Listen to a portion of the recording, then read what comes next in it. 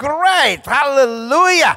Tuhan kita dahsyat, saudara-saudara. Haleluya, puji Tuhan. Nah, saudara yang kasih dalam Tuhan, kita masih pada pembahasan kita. Wow, haleluya, sukacita. Sudah 24 minggu, main effect 25 karena seri ke-20 atau session ke-20 atau pembahasan ke-20. Kita ada 20A dan 20B karena pembahasan ini sangat menarik. Nah, sekarang kita sudah bagian ke-24, berarti main effect 25 minggu berturut-turut. Kita hanya membahas tentang the cross. Hanya membahas tentang salib. Bahwa ada 33 hal dahsyat tentang salib. Saudara-saudara, iya kan. Kita boleh bicara berkat. Kita boleh bicara mujizat. Kita boleh bicara tentang karunia-karunia Allah. Kita boleh bicara tentang akhir zaman. Tetapi the center of Christianity is the cross.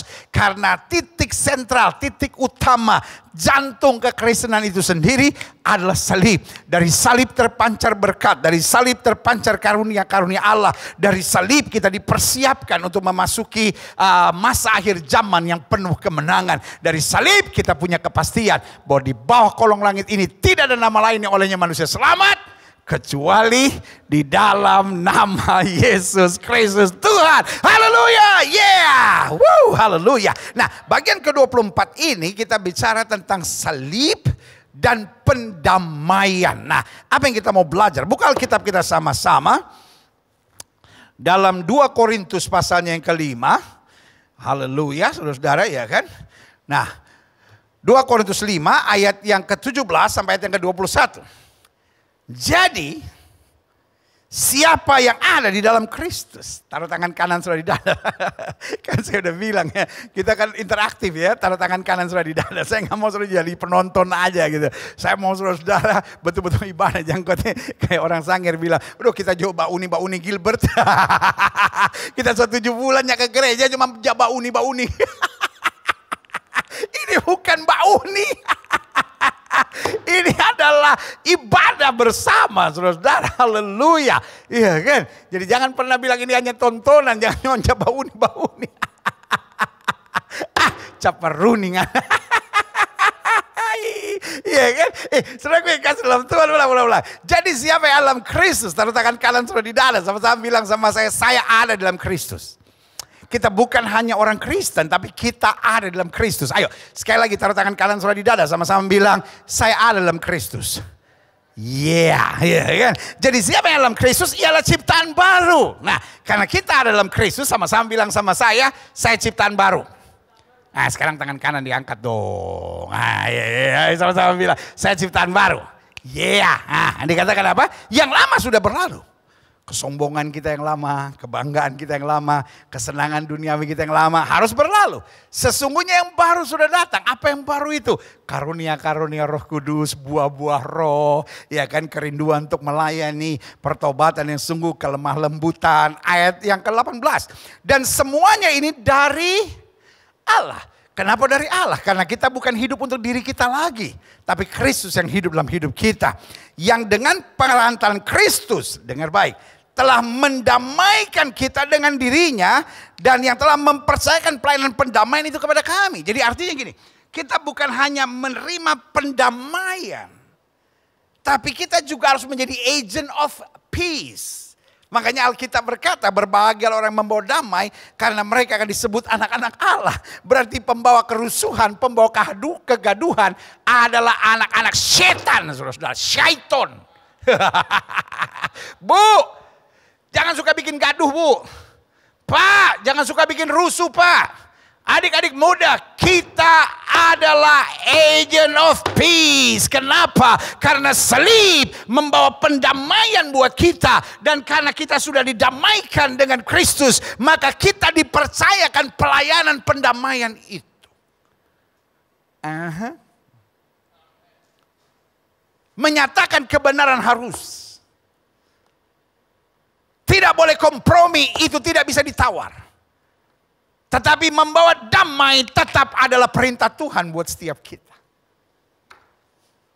Kita lihat selanjutnya. Sebab Allah mendamaikan dunia dengan dirinya oleh Kristus. Dengan tidak memperhitungkan apa pelanggaran mereka. Ia telah mempercayakan berita pendamaian itu kepada kami. Saya khawatir. Banyak anak-anak Tuhan lupa ayat ini. Dunia sedang rusuh. Dunia sedang gaduh. Dunia sedang penuh dengan goncangan dan berita pendamaian dipercayakan kepada kita. Jangan heran kalau hari-hari ini berita-berita dunia apapun hanya bicara tentang hal-hal yang menakutkan, hal-hal yang menguatirkan. Karena berita pendamaian di akhir zaman hanya ada di dalam Alkitab yang adalah firman Tuhan yang dipercayakan kepada kita. Pertanyaan saya, kalau anak-anak Tuhan juga gaduh, kalau anak-anak Tuhan juga rusuh, apakah itu tidak berarti anak-anak Tuhan sedang masuk dalam skenario iblis untuk mendatangkan kegaduhan, kerusuhan di akhir zaman? Padahal Tuhan mau supaya di akhir zaman ini kita membawa berita pendamaian itu.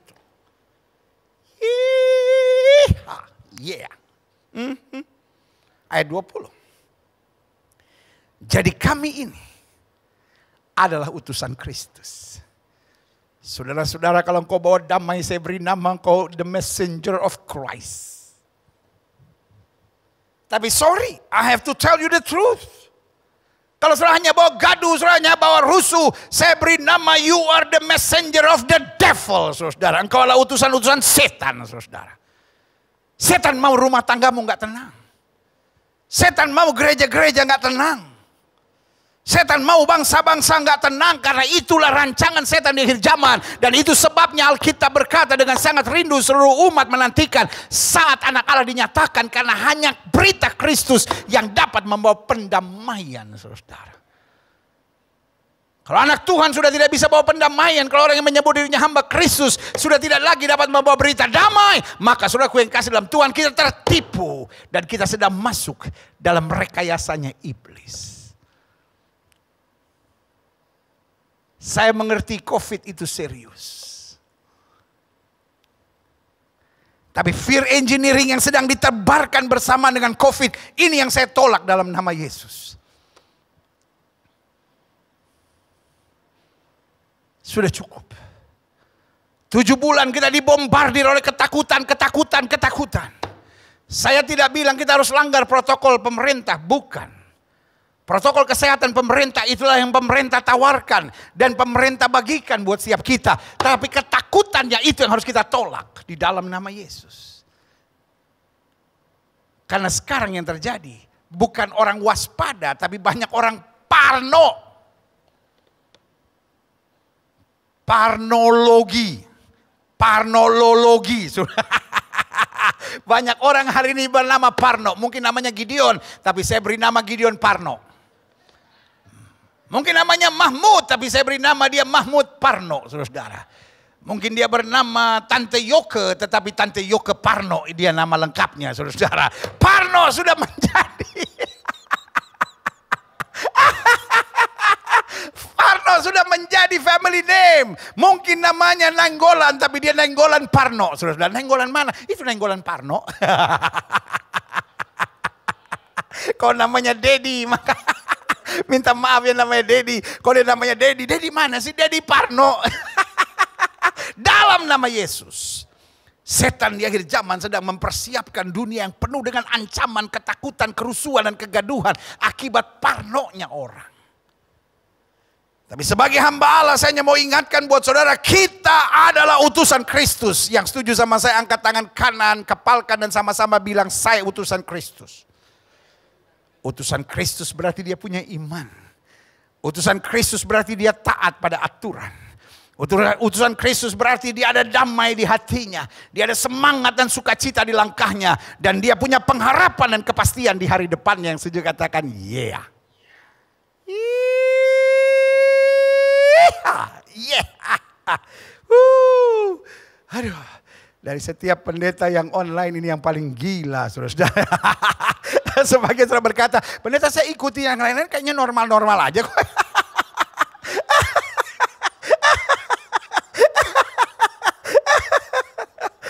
Saudara gue kasih dalam Tuhan, orang bilang, aduh saya ikutin Gilmore selama 7 bulan. Gila sekali dia. Saudara gue yang kasih dalam Tuhan, I love you all. Saya tidak pernah merasa keberadaan saya di gereja dan saudara di rumah menjadi jarak. Buat saya kita satu kesatuan.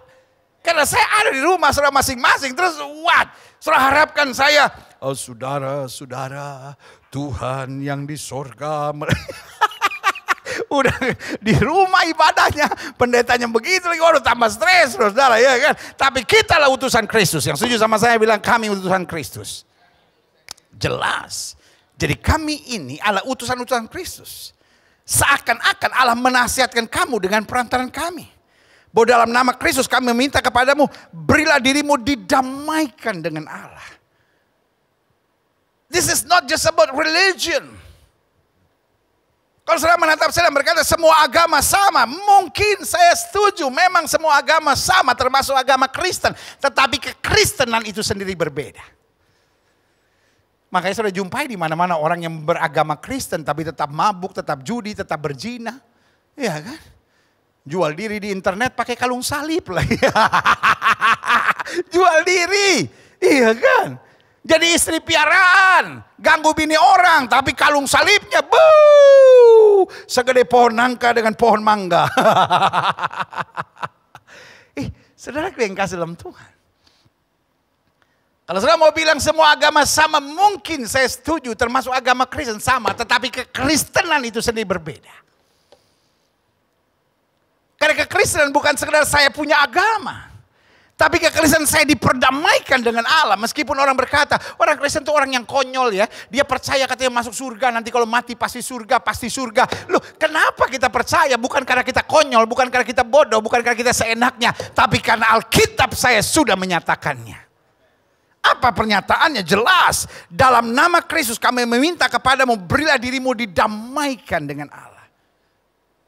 Berarti kekristenan adalah keyakinan akan salib, bahwa di salib dia membayar segala-galanya. Dan tujuan utamanya bukan sekedar supaya saya diberkati. Tapi tujuan utamanya supaya saya didamaikan dengan Allah. Karena saya didamaikan dengan Allah, saya disebut anak-anak Allah. Dan karena saya anak-anak Allah, saya berhak menjadi ahli waris kerajaan sorga. Yang setuju katakan amin.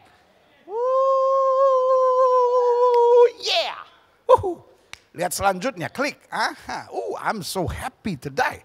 Saya begitu suka cita, mungkin gara-gara Aten sama Sylvie tadi terus nyanyi hati yang gembira, adalah obat. Ya, haleluya, Selanjutnya, Dia, Kristus, yang mati buat kita di atas kayu salib, Dia yang tidak mengenal dosa, telah dibuat menjadi dosa. Where? At the cross.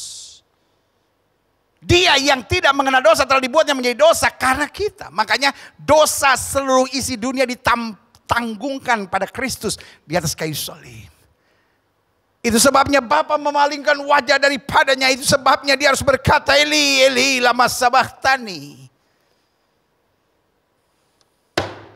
Ada banyak orang yang mempersoalkan. Kalau dia Allah, kenapa Allah memalingkan wajahnya daripadanya? Karena firman yang menjadi manusia, firman Allah yang menjadi manusia itu ketika dia ada di dunia. Dan dia harus membayar, dia ada tugas utama untuk membayar harga dosa manusia. Segala dosa manusia ditimpakan kepadanya. Dan Bapa yang mulia tidak mungkin dapat melihat dosa, dia palingkan wajahnya. Dia harus menanggungnya dan dia berkata, Eli, Eli, lama sabachthani. Tapi dia akhiri sebagai seorang pahlawan yang berkata, sudah selesai. Semua dosa yang harus aku bereskan dan aku bayar dengan harga darahku sendiri, sudah aku selesaikan. Mau tidak bisa mencabutnya, mau tidak bisa datang menjemputnya. Itu sebabnya dia yang harus menyerahkan dirinya. Itu membuktikan dia Allah. Bapa, dalam tanganmu kuserahkan nyawaku. Haleluya. Kita lihat, dia yang tidak mengenal dosa telah dibuatnya menjadi dosa karena kita. Supaya dalam dia, kenapa kita bisa didamaikan oleh Allah? Kan kita berdosa, Allah itu kan mulia. Ada banyak orang yang berkata, orang Kristen pengajarannya sangat tidak masuk akal. Orang Kristen percaya bahwa dia dapat disebut anak Allah. Orang Kristen percaya dia dapat didamaikan dengan Allah. Jangan lupa, karena ada harga yang sudah dibayar oleh Kristus, kita dibenarkan dulu. Karena kita sudah dibenarkan, kita dilayakkan untuk didamaikan dengan Allah. Dan karena kita layak didamaikan dengan Allah, kita berhak untuk disebut anak-anak Allah. Banyak pengajar teologi yang membuat pengajaran ini menjadi membingungkan. Padahal just so simple. Memang benar kata pepatah sebagian orang di Indonesia ini. Kalau bisa dibuat rumit, ngapain dibuat simple? Padahal ini sangat simple. Manusia berdosa. Agama tidak bisa menyelesaikan dosa. Karena itu Yesus kita sebut juru selamat. Kita tidak menyebut dia pembawa agama, kita menyebut dia juru selamat. Dia menanggung dosa kita. Kenapa dia bisa menanggung dosa kita? Karena dia Allah sendiri yang turun menjadi sama dengan manusia. Firman Allah menjadi manusia. Dan karena dia sudah bayar harganya di atas kayu salib, maka dia berkata sudah selesai. Maka kita dibenarkan. Dan karena kita dibenarkan, kita layak untuk diperdamaikan dengan dia. Dan karena kita sudah diperdamaikan, kita disebut anak-anak Allah. Menjadi ahli waris kerajaan sorga. Wow, haleluya, haleluya. Klik selanjutnya. Dan karena kita sudah disebut anak Allah, ahli waris kerajaan sorga, maka kita dipercayakan berita pendamaian itu. Makanya Alkitab berkata, kami yang sudah diperdamaikan dengan Allah, yang sudah menjadi anak-anak Allah, yang sudah disebut sebagai warga kerajaan sorga, yang sudah disebut sebagai ahli waris kerajaan sorga ini, dipercayakan kepada kita berita pendamaian. Haleluya. Roma 3:25. Kristus Yesus telah ditentukan Allah. Kembali ditegaskan. Menjadi jalan pendamaian bagaimana we receive faith karena iman. Jalan pendamaian ini bukan karena logika, bukan karena kemampuan, bukan karena pengalaman, tapi karena iman. Dalam darahnya. Hal ini dibuatnya. Jadi salib itu, jalan pendamaian itu dibuatnya untuk menunjukkan keadilannya. Karena ia telah membiarkan dosa-dosa yang telah terjadi dahulu pada masa kesabarannya. Apa keadilan Allah? Dosa dihukum, ditimpakan kepada Kristus. Dan karena kita percaya kepada Kristus, Alkitab jelas bilang, barang siapa yang percaya tidak binasa, melainkan beroleh hidup yang kekal. Klik selanjutnya. Kolose 1 ayat 20. Dan oleh dialah, oleh Kristuslah, oleh salib, ia memperdamaikan segala sesuatu. Makanya Alkitab bilang kalau orang tampar pipi kiri, berikan juga kepada pipi kanan. Kok ada yang menganiaya kamu, doakan. Segala sesuatu. Artinya buat anak Tuhan gak ada hal yang harusnya menjengkelkan. Kalau masih ada hal-hal yang bikin kita sakit hati, masih ada hal-hal yang bikin kita kecewa, masih ada hal-hal yang bikin kita dendam, masih ada hal-hal yang bikin kita kepahitan. Bukan kita beresin sama orangnya, kita beresin dengan hati kita. Berarti ada yang masih belum beres dalam hidup kita. Karena salib, darah Kristus itu memperdamaikan segala sesuatu dengan dirinya. Baik yang ada di bumi maupun yang ada di sorga. Sesudah ia mengadakan pendamaian oleh darah salib Kristus. Jadi kalau kita sudah menerima darah Kristus, kita sudah dibasuh, disucikan. Makanya pentingnya mengapa kita setiap bulan sekali. Meskipun kita belum di gereja. Tapi di rumah kita masing-masing, ada yang masih berdebat. Boleh gak perjamuan kudus di rumah atau tidak? Buat saya ini bukan sesuatu yang perlu diperdebatkan. Tapi ini sesuatu yang perlu kita ingat. Karena darah Kristus itu menjadi begitu penting. Setiap minggu pertama ibadah kita. Di rumah masing-masing, gereja apapun saudara. Kita mulai mengingat korban Kristus. Kenapa? Karena darah salib Kristus itu mengadakan pendamaian. Sehingga setiap kali kita masih belum damai. Setiap kali kita masih rusuh. Karena jiwa kita rusuh. Jiwa kita sendiri gaduh. Bagaimana kita bisa mendamaikan. Kita lihat selanjutnya. Klik. 1 Yohanes 4 ayat 10. Sengaja saya kasih banyak ayat buat saudara. Supaya saudara ngerti betul tentang pelayanan pendamaian dari Kristus ini. Inilah kasih itu. Bukan kita yang telah mengasihi Allah. Tapi Allah yang telah mengasihi kita dan telah mengutus anaknya sebagai apa? Pendamaian bagi dosa-dosa kita. Jelas Yesus bilang bukan kamu yang memilih aku, tapi aku yang memilih kamu. Jadi ide mendamaikan bukan ide dari kita. Jadi kalau kita masih suka rusuh, kita masih suka ribut, kita masih suka berantem, kita masih suka cari gara-gara, ya memang karena itu kita masih hidup dalam daging. Tapi kalau kita sudah hidup dalam Kristus, maka ide yang bangkit dalam hidup kita adalah ide kedamaian. Dan memperdamaikan. Kita lihat selanjutnya, klik. Saya simpulkan begini. Salah satu persoalan akhir zaman adalah kegaduhan. Kalau saudara main game, apapun nama gamenya, ujung-ujungnya pasti bicara kegaduhan. Ini ribut sama ini perang sama ini, harus loncat di sini, ya kan? Kegaduhan. Saudara nonton berita, yang saudara lihat apa? Kegaduhan. Saudara dengar wawancara di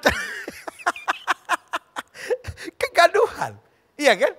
Saudara baca judul-judul YouTube dari YouTuber terkenal, semua bicara kegaduhan.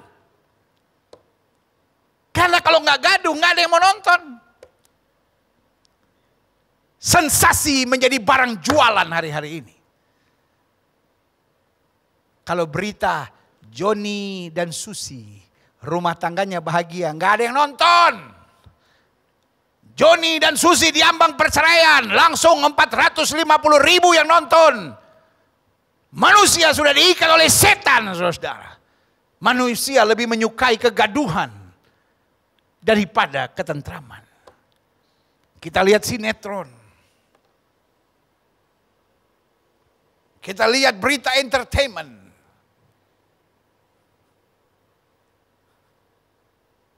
Semua bicara hanya pada kegaduhan. Dan saudaraku yang kasih dalam Tuhan, sorry untuk ngomong ini, itulah rekayasa setan di akhir zaman. Supaya manusia stres. Supaya manusia tertekan. Dan kalau yang kita saksikan hari-hari kegaduhan, otomatis kita juga menjadi orang-orang yang gaduh dalam hidup kita. Ya tapi dinyakitin saya pendeta, gak bisa dong, saya diam-diam aja, gak bisa begitu pendeta. Saya juga manusia biasa, gak bisa, saya sih Kristen, saya sih berdoa. Tapi saya berdoa biar Tuhan hancurkan kepala dia belah dua itu.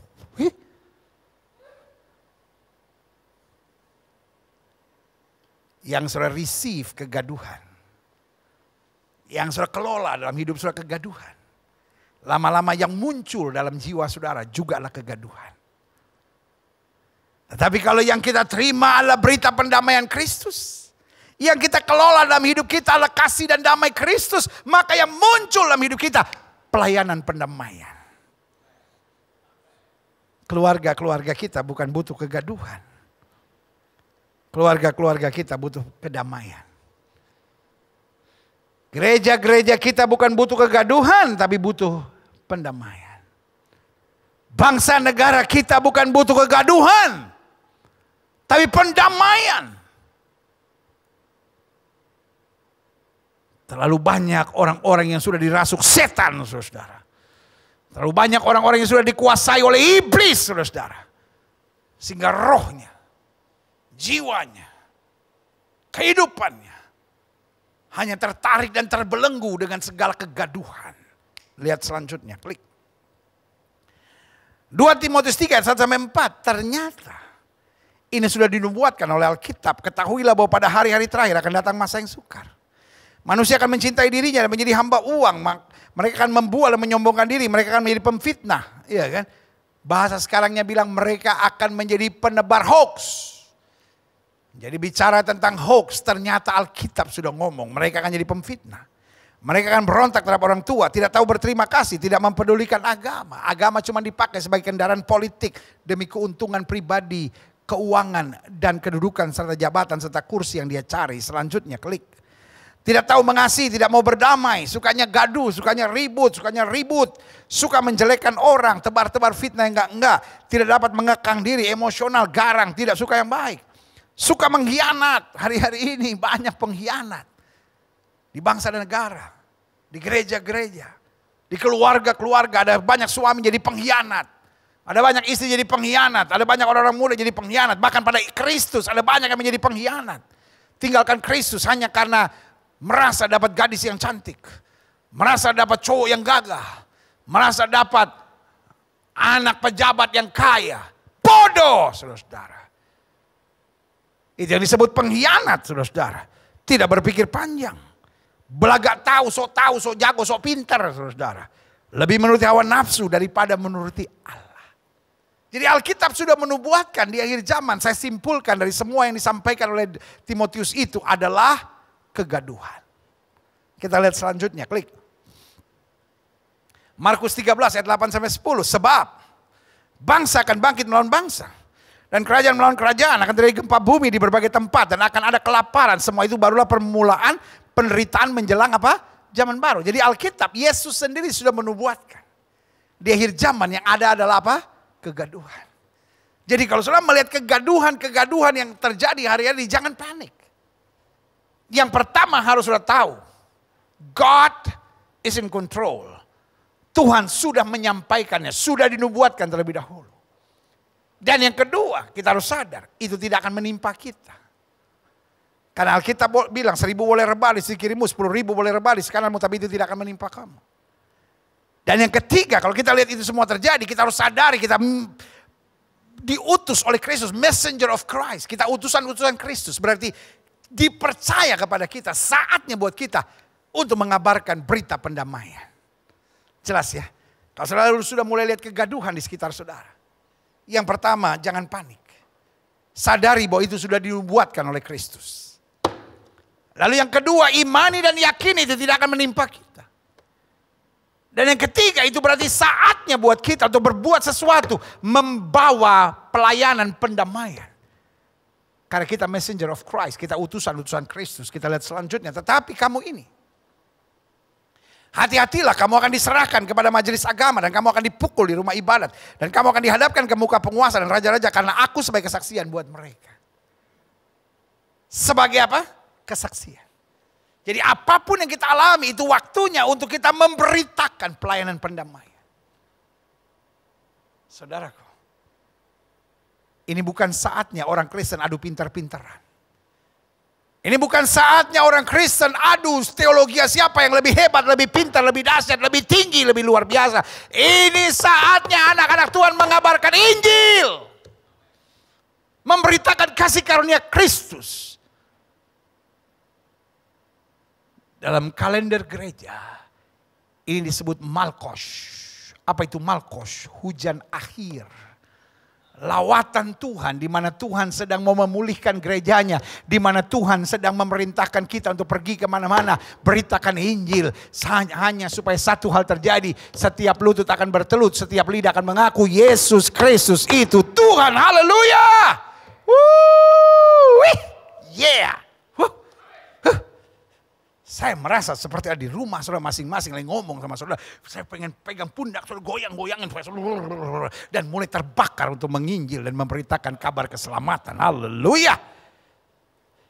Yes. Karena kamu ini hati-hatilah. Kamu akan diserahkan ke majelis agama. Kamu akan dipukul di rumah ibadah. Kamu akan dihadapkan ke muka penguasa dan raja-raja karena aku sebagai apa? Kesaksian.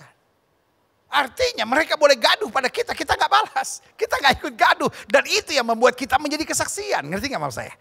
Iya kan? Jadi kalau Tuhan izinkan masalah demi masalah, tunjukkan bahwa kita anak Tuhan Yesus. Karena itu akan menjadi apa? Kesaksian. Kalau anak Tuhan juga emosional, kalau anak Tuhan juga ngambek, kalau anak Tuhan juga rusuh, kalau anak Tuhan juga gaduh, itu bukan jadi kesaksian, jadi batu sandungan. Saudara-saudara, kita lihat selanjutnya, klik. Ayat 10. Tapi Injil, bukan saya yang ngomong, tapi Injil. Ini Yesus sendiri yang ngomong, Injil harus diberitakan dahulu kepada semua bangsa. Artinya di masa-masa kerusuhan, di masa-masa di mana-mana kegaduhan, itu ladang yang paling tepat untuk Injil disampaikan. Karena kita bukan menyampaikan Injil dengan doktrin debat-debat teologi yang tinggi-tinggi, tapi kita menyampaikan Injil dengan berita pendamaian. Amin. Iblis mau di akhir zaman. Para teolog hanya sibuk berdebat satu sama lainnya. Mempersoalkan teologi mana yang terhebat. Tapi yang Tuhan mau di akhir zaman ini. Di masa yang saya sebut Malkos atau hujan akhir ini. Adalah saat di mana Injil diberitakan dalam kesederhanaan. Dengan berita pendamaian. Karena pada dasarnya orang tidak punya damai, orang tidak punya kepastian, orang tidak punya pengharapan. Karena pendamaian itu berarti saya punya kepastian, saya punya ketenangan, dan saya punya harapan. Serta saya punya jalan keluar. Amin. Kita lihat selanjutnya, klik. Kegaduhan ini terjadi di mana-mana. merupakan yang saya sebut dampak serangan iblis membabi buta. Karena the devil knows his time is up. Setan tahu bahwa waktunya sudah habis. Sebentar lagi Tuhan akan menjemput gerejanya. Makanya saya sebut time of Malkos. Malkos dalam bahasa Ibrani itu artinya hujan akhir, saudara. Nah, kenapa saya bilang it's time of Malkos? Karena di satu sisi kita lihat Tuhan sedang mempersiapkan gerejanya, bukan gedungnya. Makanya gedung-gedung gereja dibiarkan tertutup supaya tembok-tembok gereja, tembok-tembok pemisah bisa teruntuhkan. Karena Tuhan sedang mempersiapkan gerejanya sebagai mempelai Kristus yang tak bercela. Dan pada saat yang bersamaan dia sedang memberi berita pendamaian kepada the church, kepada tubuh Kristus. Nah, kalau sesama tubuh Kristus saja nggak bisa damai, bagaimana kita bisa membawa pelayanan perdamaian? Bukankah itu rekayasa dan permainan iblis, saudara? Karena ingat, di saat anak manusia menabur benih, ada juga roh jahat yang menabur benih yang jahat.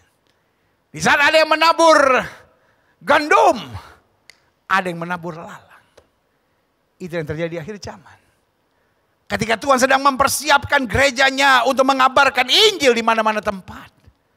Ada yang kelihatannya mengabarkan Injil, tapi sebetulnya mendatangkan kegaduhan dan kerusuhan di mana-mana. Jangan tertipu. Karena ini adalah pemalsuan iblis untuk membuat lalang dan gandum tumbuh bersama. Tetapi saudara nggak perlu khawatir. Gandum tetap gandum. Dari mana kita bisa membedakan gandum dan lalang? Jelas Alkitab berkata pelayanan pendamaian dipercayakan kepada utusan Kristus. Dan iblis menyamar sebagai malaikat terang. Kelihatannya juga mengabarkan Injil. Tapi justru mendatangkan kegaduhan dan kerusuhan. Ini yang dari setan, saudara. Pastikan. Kita mengerti tanda-tanda zaman. Karena kegaduhan yang terjadi. Merupakan dampak serangan iblis yang saya sebut membabi buta. Karena iblis tahu the time is up. Klik. Lalu pertanyaannya, kan Tuhan Maha Kuasa. Why God just didn't stop it? Kenapa Tuhan gak menghentikannya? Saya percaya, inilah penggenapan yang sedang Alkitab sedang menyatakan bahwa di akhir zaman, apa yang bisa digoncangkan akan digoncangkan supaya tinggal tetap kerajaan yang tidak tergoncangkan. Berarti mengapa Tuhan izinkan kegaduhan ini? God is not the cause of this riot.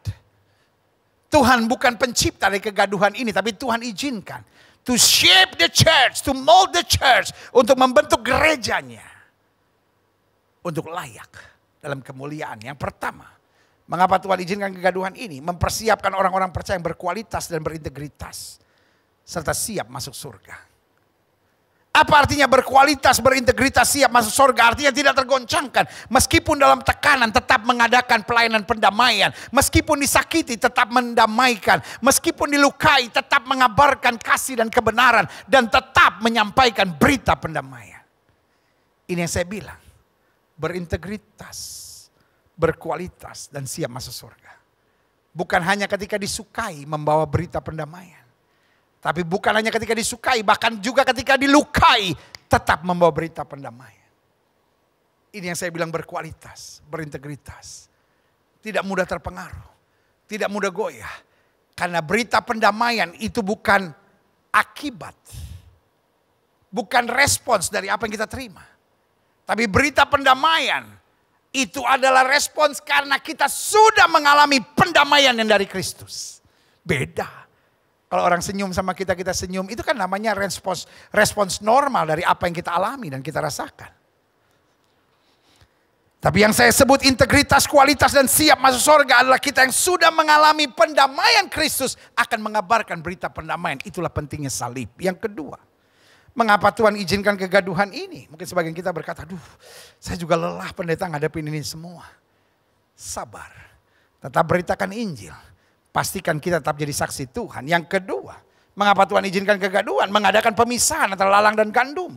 Antara gelap dan terang, serta antara kambing dan domba. Karena yang lalang, yang gelap, yang kambing, dalam tekanan akan lari. Dalam masa-masa yang sukar akan berkhianat. Dalam masa-masa yang menyakitkan akan meninggalkan Tuhan. Tetapi yang terang, yang gandum, dan yang domba akan tetap bertahan sampai kesudahan. Yang setuju katakan amin. Yang ketiga, mengapa Tuhan izinkan kegaduhan ini? Memproses anak-anak Tuhan untuk memiliki dasar hidup iman serta fokus hidup kerajaan Allah. Kalau dasar kita iman, mau kegaduhan apapun di sekitar kita, berita di dalam kita tetap berita pendamaian. Berita kita tetap berita kasih karunia. Karena apa? Karena jelas dasar hidup kita bukan logika. Kan logika kan bikin, loh kalau saya digituin terus lama-lama saya juga gak tahan. Kalau saya digituin terus juga lama-lama saya berontak. Kalau saya digituin terus sama-sama saya juga gak sanggup. Iya kan, karena yang kita mainkan logika. Logika bisa mendatangkan kekecewaan tersendiri. Tapi iman selalu bersaksi kepada kita, Allah berikan yang terbaik buat saya, berikan tepuk tangan yang meriah buat Tuhan, haleluya. Dan karena dasar hidup kita iman, maka fokus kita kerajaan Allah. Bagaimana kita semakin siap menjadi warga sorga, warga kerajaan Allah. Bagaimana kita membawa suasana kerajaan Allah di tengah-tengah dunia seperti doa Bapa kami. Kita kadang-kala tiap hari doa Bapa kami tapi gak ngerti isinya, cuman hafalan aja. Bapa kami yang di surga, dikuduskan namamu, datanglah kerajaanmu. Bagaimana kita mendatangkan kerajaan Allah lewat hidup kita, sikap kita, keseharian kita. Karena fokus kita kerajaan Allah. Bagaimana kita makin berkenan di hadapan Tuhan sebagai warga kerajaan Allah. Bagaimana kita menghadirkan kerajaan Allah dan bagaimana kita meluaskan kerajaan Allah sementara kita hidup di muka bumi. Itu yang saya bilang, dasar hidup kita iman dan fokus kita adalah kerajaan Allah. Haleluya. Bagian sering melongo. Hah? Emang kita mau cepat mati? Kerajaan Allah bukan nanti setelah kita innalillahi wa inna ilaihi rajiun. Bukan. Sementara kita di muka bumi, kita dapat hidup sebagai warga kerajaan surga. Amin. Selanjutnya. Kalau Tuhan itu maha kuasa, kenapa dia izinkan kegaduhan-kegaduhan yang ada? Membuka pintu untuk kehausan, kebutuhan akan Injil dan keselamatan. Justru dengan kegaduhan-kegaduhan seperti ini, orang yang hanya memegang agama gak akan bisa tahan. Tapi orang yang punya kepastian juru selamat, itu yang akan punya kemenangan. Karena itu di akhir zaman, Alkitab bilang akan ada banyak orang lapar dan haus. Bukan sekedar akan makanan, minuman, tetapi akan kebenaran. Karena kegaduhan-kegaduhan yang ada membuat kita semakin gak bisa berpegang hanya pada agama. Kita harus berpegang pada kepastian. Agama seringkali hanya mengingatkan, oh itu dosa, oh itu jahat, oh neraka.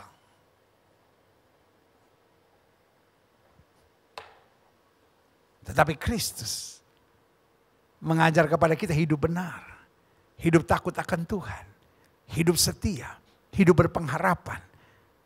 Karena singa dan ular tedung akan kau langkahi, dan engkau akan menginjak anak singa dan ular naga. Jika Allah di pihak kita, tidak dapat melawan kita. Dia Allah Immanuel yang selalu beserta kita. Berikan tepuk tangan yang meriah buat Tuhan. Haleluya.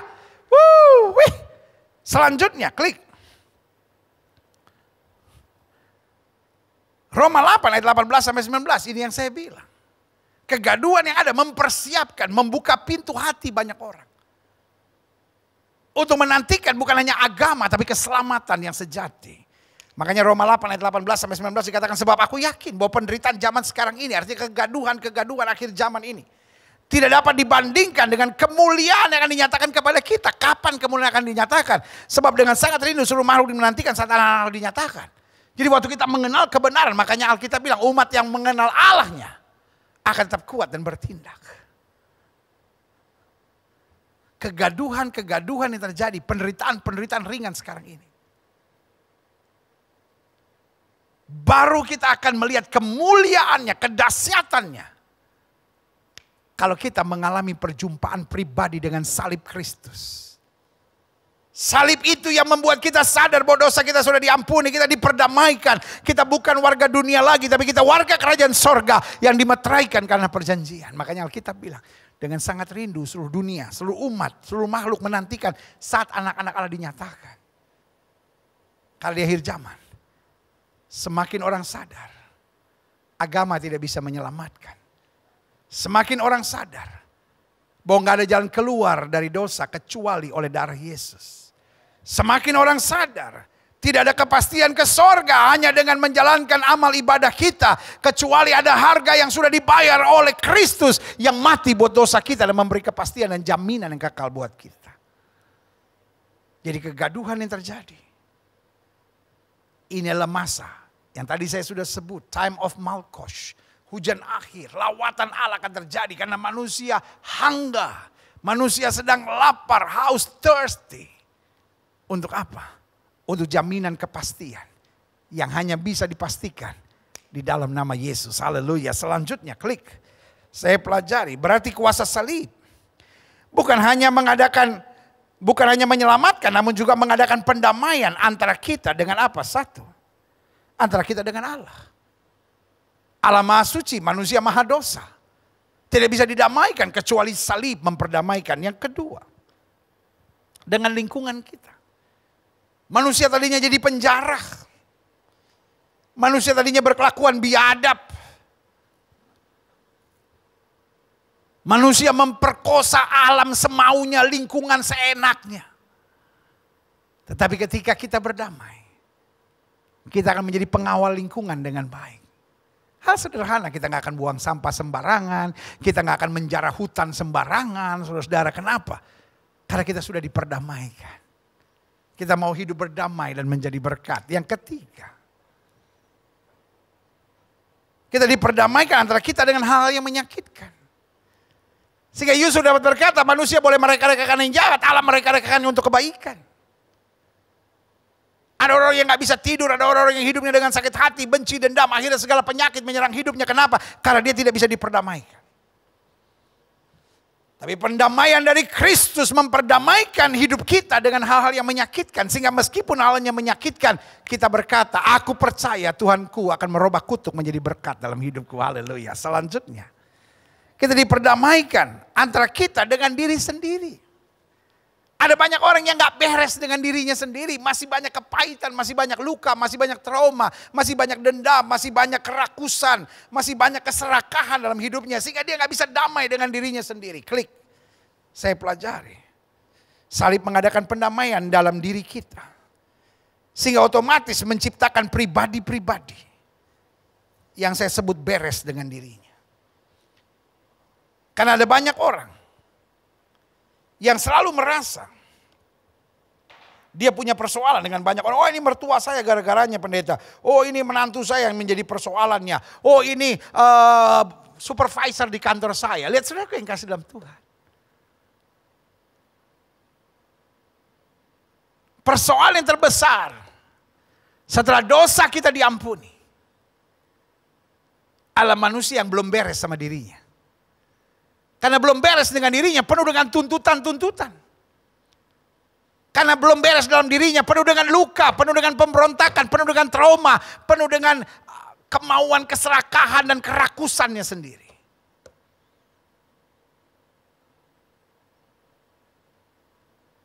Tapi orang yang beres dengan dirinya akan berkata, segala perkara dapat kutanggung dalam Dia yang memberi kekuatan kepadaku. Orang yang sudah beres dengan dirinya akan berkata, Tuhanlah gembalaku, takkan kekurangan aku. Orang yang sudah beres dengan dirinya akan berkata, aku tahu kepada siapa aku percaya. Aku yakin Dia berkuasa. Berikan tepuk tangan yang meriah buat Tuhan. Haleluya. Jadi salib yang mengadakan pendamaian dalam diri kita otomatis menciptakan pribadi-pribadi yang beres dengan dirinya. Doa saya, di hari Minggu yang penuh berkat, penuh mujizat, penuh lawatan Allah ini, saya berbicara dengan orang-orang yang karena salib menjadi orang-orang yang mengaku diri sebagai utusan-utusan Kristus yang sudah diperdamaikan dengan dirinya sendiri. Apa cirinya? Minimal saya jumpai ada 4 ciri pribadi-pribadi yang sudah beres. Yang pertama cirinya, tidak banyak menuntut. Namun selalu kreatif untuk terus melihat berkat dan menjadi berkat. Bukankah Yusuf dibuang ke dalam penjara adalah hal yang menyakitkan? Tapi kenapa dia tidak gaduh? Kenapa dunia ini penuh dengan kegaduhan? Karena terlalu banyak orang yang hatinya hanya menuntut, harus begini, harus begini, harus begini, harus begini. Suami terus menuntut istrinya. Dan ketika dia tidak dipuaskan, akhirnya dia selingkuh dengan wanita lain. Makanya ada iklan yang bilang, ku tahu yang ku mau. Tapi seringkali kita nggak tahu apa yang kita mau semuanya. Ya saya harap istri saya begini, pendeta istri saya ngalah. Saya harap istri saya ya bisa urus anak. Saya harap istri saya bisa kelola duit. Kalau istri sudah sesempurna itu, ngapain dia kawin sama laki-laki model lu? Lalunya aja banyak kekurangan kayak gitu, saudara. Ya saya harap suami saya begini, saya harap suami saya penghasilannya bagus, saya harap suami saya baik, saya harap suami saya bijaksana. Kalau suami lo sehebat itu, ngapain dia nikah sama lu yang banyak kekurangan? Pendeta nyakitin. Bukan. Tapi yang saya mau bilang, belajar tahu diri. Belajar hidup gak usah nuntut. Gue pindah aja, dosa lu. Masa setengah firman pindah channel, dosa lu. Gue baru mau pindah channel, udah di dosa-dosain. Saya seneng nih sama saudara nih. 7 bulan itu saya ngerasa seperti, aduh lama-lama jangan-jangan saya stres nanti kalau lihat ada orang deh. Karena kita udah kebiasaan dekat seperti ini. Iya kan? Boleh gak? Mertua-mertua stop nuntut menantu. Coba. Kalau saudara hidup dengan stop menuntut, tapi mulai kreatif melihat berkat Tuhan. Ya kan? Bayangkan.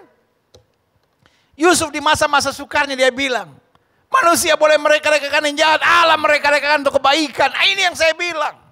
Orang-orang yang sudah beres dengan dirinya. Tidak mencari kesalahan orang.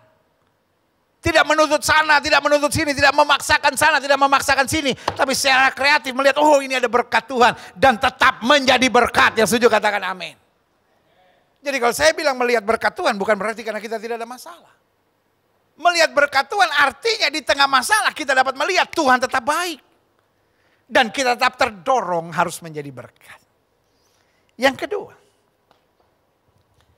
apa ciri orang yang sudah beres dengan dirinya? Saya sungguh berdoa. Karena saya tahu ada banyak orang sudah Kristen, sudah melayani, sudah bertobat, sudah lahir baru, sudah penuh dengan Roh Kudus. Tapi sayang, dia belum beres sama dirinya sendiri. Dalam dirinya masih ada banyak luka, masih ada banyak pemberontakan, masih ada banyak roh kerakusan, masih ada banyak roh untuk menuntut, menghakimi, menyerang orang lain.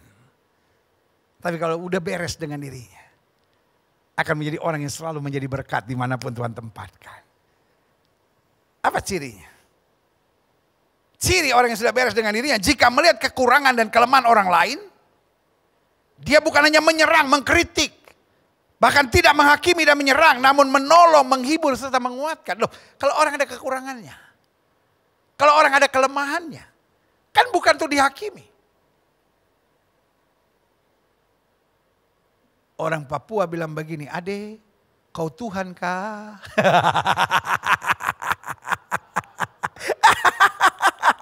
Ade, kau Tuhan kah?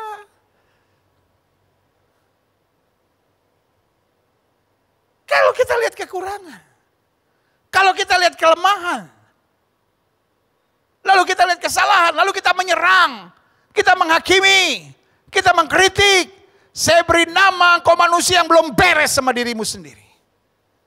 Kalau kau lihat ada kekurangan, ada kelemahan, ada kesalahan, bantu. Saya ambil contoh. Ada seorang nenek-nenek lagi jalan. Tiba-tiba jatuh. Haruskah saya bilang, bodoh banget tuh nenek. Saya jahat. Ya itu kan nenek-nenek. Tapi kalau orang kuat, oke. Saya anggaplah orang itu kuat. Tapi kento, tahu kento? Orang Manado bilang kento tuh pincang. Ya kan? Badan besar. Six pack. Kalau kita one ball. Ya kan? Six pack. Ya kan? Six pack. Wah, badan bagus. Tapi kento. Harus kita tahu. Laki-laki kento kasihan. Kau jahat. Kalau saya lihat kekurangan. Kalau saya lihat kelemahan. Bahkan kalau saya lihat kesalahan. Contoh. Seorang guru mengajar, bertanya kepada muridnya. 9 kali 7 berapa? Ya kan? 7 kali 9 berapa?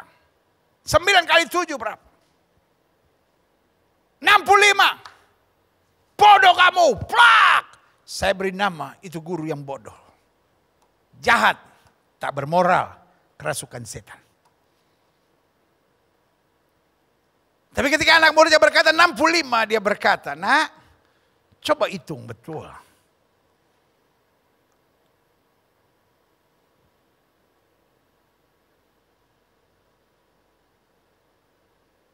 "64, coba hitung sekali lagi. 63, bagus. Itu yang saya beri nama guru yang hebat. Orang yang sudah beres dengan dirinya. Kalau dia lihat ada yang kurang, ada yang lemah, ada yang salah. Dia doakan. Dia tolong. Dengan sabar. Dia minta kasih Tuhan, hikmat Tuhan. Untuk dia dapat mengarahkannya. Karena orang yang sudah beres dengan dirinya. Dia bukan ingin menyerang orang lain, tapi dia ingin membereskan orang lain. Ini yang saya beri nama pelayanan, pendamaian. Karena kita adalah utusan Kristus. Saya berdoa di masa-masa pandemi ini. Roh Tuhan terus berbicara kepada kita untuk menyadari. Bahwa kita sudah diperdamaikan. Karena itu kita diberikan kepercayaan untuk melayani pelayanan pendamaian. Karena kita adalah utusan-utusan Kristus. Sehingga modal utamanya adalah kita harus beres dengan diri kita sendiri. Yang ketiga. Ciri-ciri orang yang beres dengan dirinya. Tidak mudah terpancing untuk emosi dan kecewa. Namun justru selalu berjuang untuk berkenan kepada Tuhan. Adik-adik muda. Saya mengerti ada saudara yang berasal dari keluarga yang broken home. Atau mungkin mama dan papamu tidak bercerai. Tapi ribut tiap hari. Papamu kasar. Orang yang sudah beres dengan dirinya menyadari. Masalah itu persoalan luar. Tapi beres itu persoalan dalam. Orang kalau sudah beres dengan dirinya, apapun terjadi di sekitar kita, kita tetap menghadapinya dengan damai, dengan ketentraman, karena kekuatan. Karena kita tahu Tuhan kita tidak pernah akan memberikan pencobaan lebih daripada kemampuan anak-anaknya.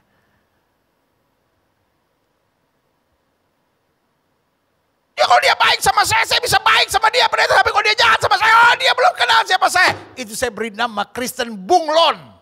Tahu Kristen bunglon? Bunglon itu artinya di tanah merah saya jadi merah. Di tanah hijau saya jadi hijau. Di tengah rumput saya jadi hijau.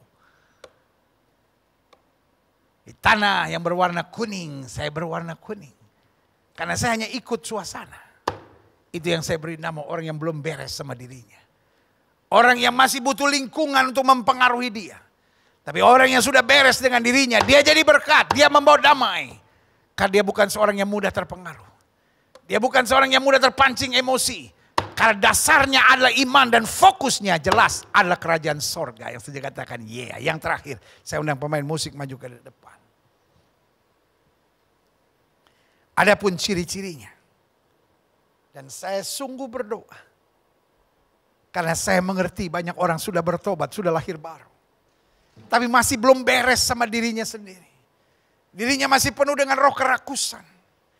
Dirinya masih penuh dengan jiwa pemberontakan.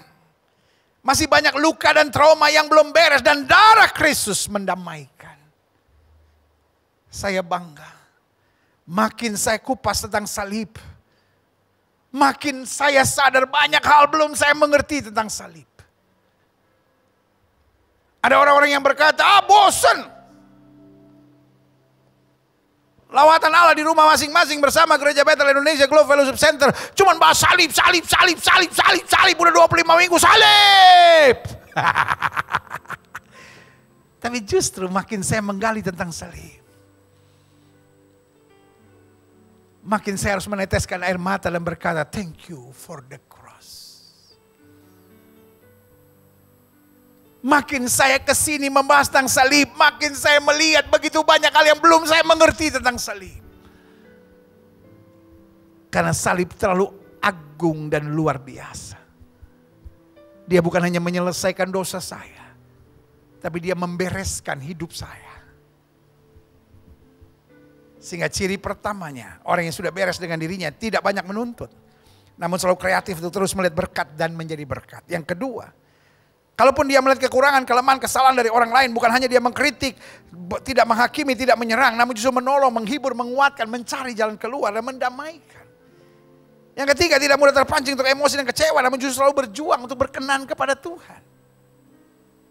Sehingga hal yang menyakitkan sekalipun terjadi, dia berkata, Tuhan tolong aku supaya apa saja yang terjadi, aku tetap menyenangkan hati Tuhan dan menjadi berkat buat banyak orang. Dan yang keempat, ciri orang yang sudah beres dengan dirinya, tidak membiasakan diri untuk mengeluh. Tidak membiasakan diri untuk melihat tantangan dalam kehidupan. Namun justru tetap bersemangat dan memberitakan Injil dan menuntaskan amanat agung.